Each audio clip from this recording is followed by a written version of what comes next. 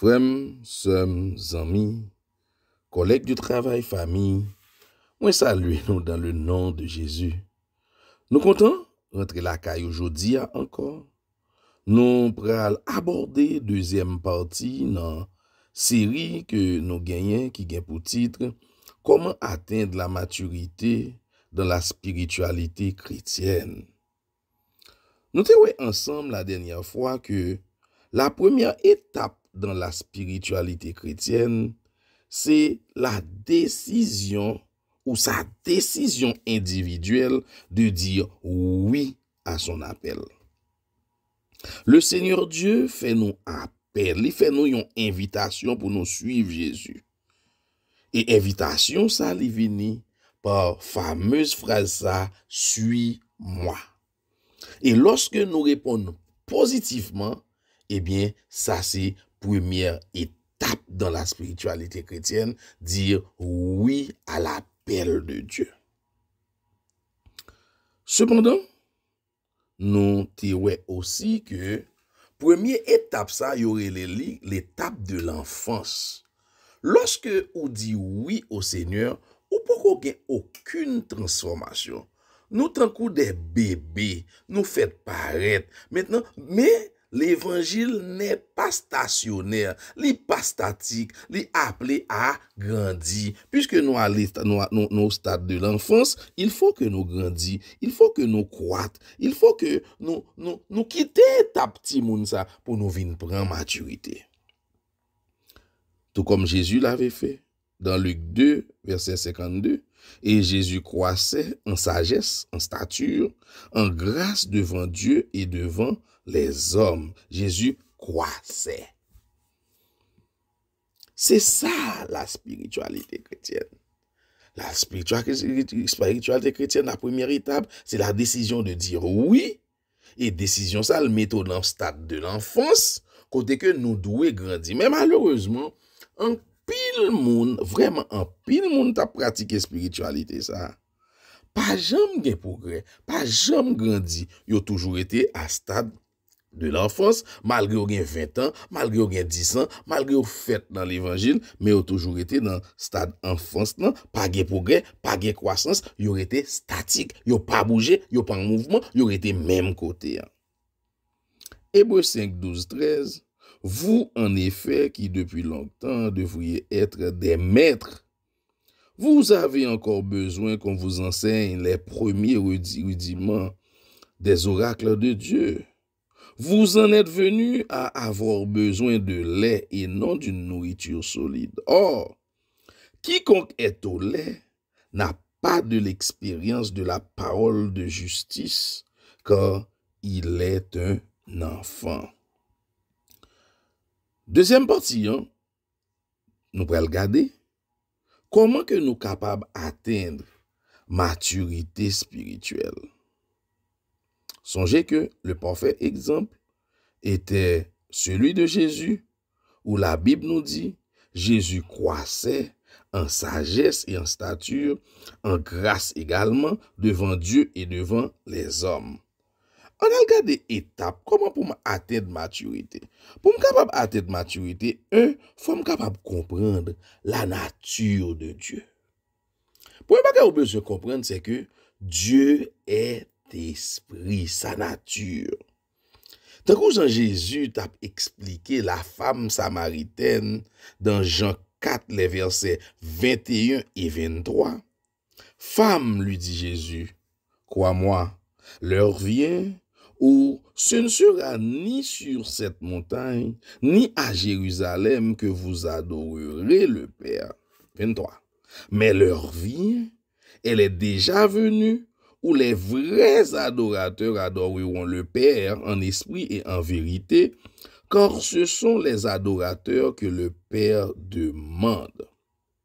À partir de cette vérité, le Seigneur Dieu voulait montrer nous à travers les paroles de Jésus que Dieu, il est le Dieu des nations, pas le Dieu des Juifs, pas Dieu un seul monde, pas bon Dieu un seul pays, mais il est le Dieu des nations. Et c'est l'une des raisons que Jésus dit femme que crois-moi, l'heure vient où ce ne sera ni sur cette montagne, ni à Jérusalem que vous adorerez le Père.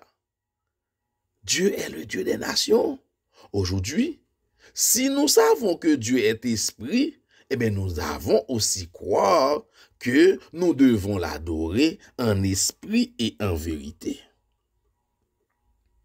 De plus, et nous parlons que Jésus soulignait adorer le Père en esprit, mais aussi en vérité. En vérité signifie qui ça? Adorer Dieu à travers Jésus. Car Jésus est la vérité. Et c'est le deuxième point que nous avons besoin de comprendre pour nous avoir maturité. Il faut que nous soyons capables de comprendre que, et qu'on ait que Jésus est le chemin qui mène au salut. Jean 14, 6, Jésus lui dit, je suis le chemin, la vérité et la vie. Nul ne vient au Père que par moi. Et c'est ça qu'elle dit. L'heure vient, elle est déjà venue, où les vrais adorateurs adoreront le Père en esprit et en vérité. En esprit, Dieu est en esprit, mais en vérité, ça veut dire que à travers Jésus. Pas l'autre médiateur, Jésus seul. Adorer le Père en esprit et en vérité. Jésus dit, je suis le chemin, la vérité et la vie. Eh bien, dans ce sens ça, en vérité, veut dire à travers Jésus. Troisième moyen pour nous capables d'atteindre cette maturité spirituelle, c'est renoncer à soi-même pour plaire à Dieu. Renoncer à soi-même, renoncer au moi.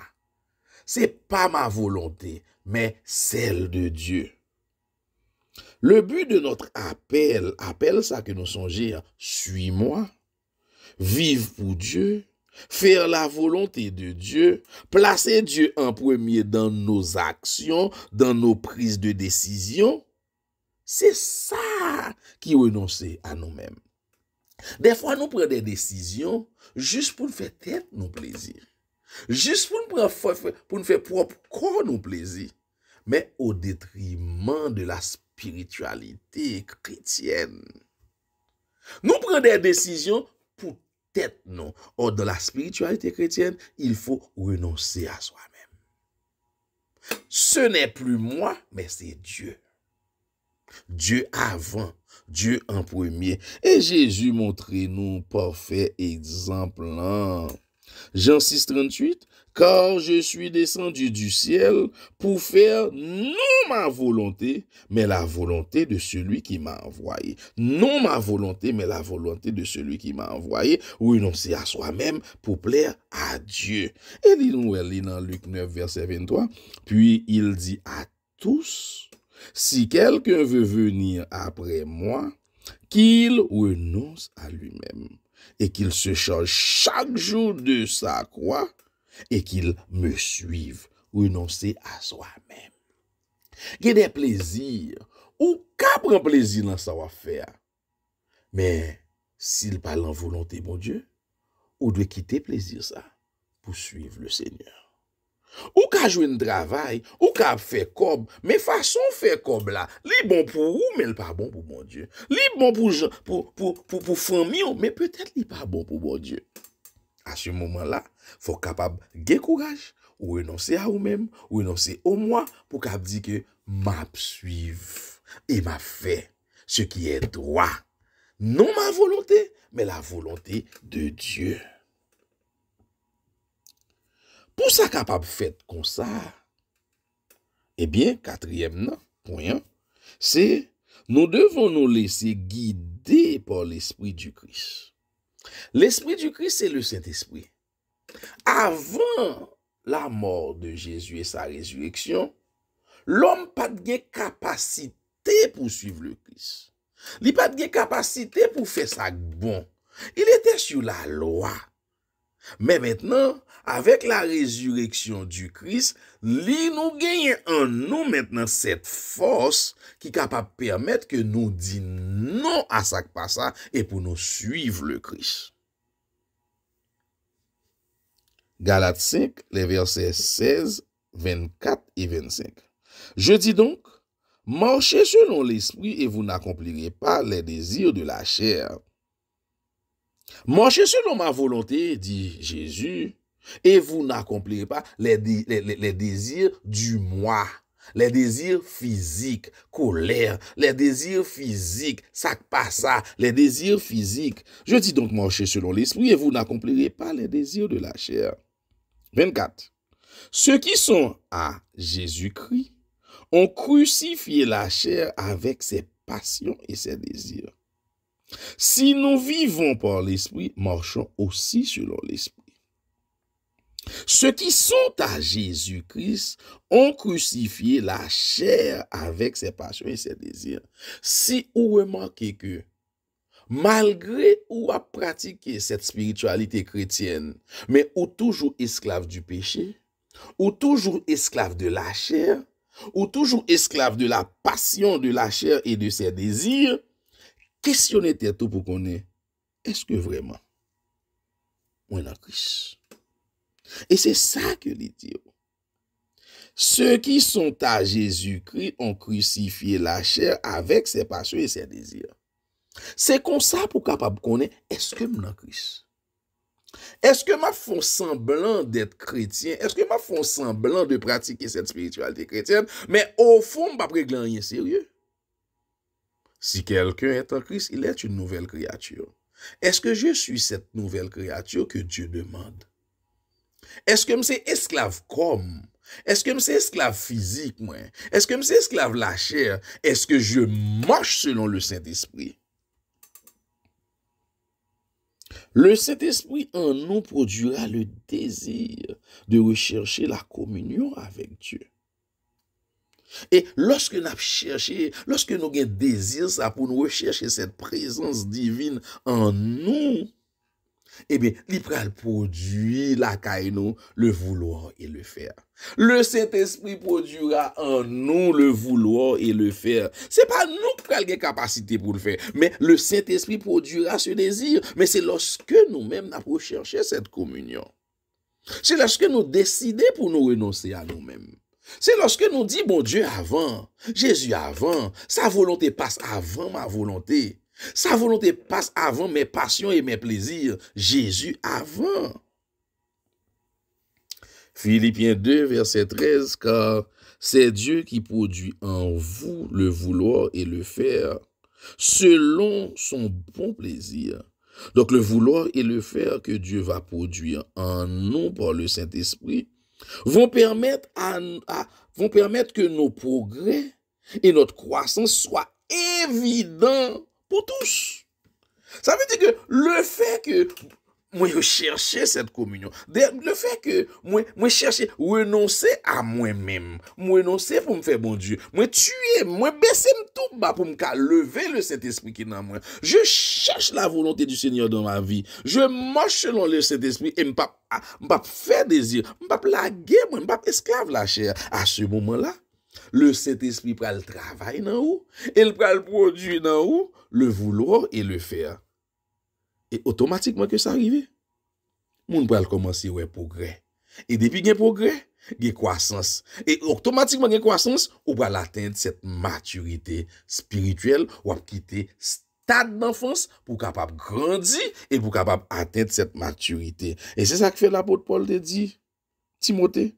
Dans 1 Timothée 4, les versets 13 et 15, jusqu'à ce que je vienne, applique-toi à la lecture, à l'exhortation, à l'enseignement. Verset 15, occupe-toi de ces choses, donne-toi tout entier à elles, afin que tes progrès soient évidents pour tous. Abgain progrès, abgain croissance, abgain maturité. Prochaine fois, semaine prochaine, non? Nous prenons un exemple parfait avec Pierre pour nous garder avant sa croissance. Comment que l'était? Et lorsque le Saint-Esprit habite en lui, il grandit, comment que il vignait? Que mon Dieu capable bénir, c'est des amis, un frère, Yves Nel Henry, qui était pour tes réflexions, ça, que mon Dieu capable bénir. Amen.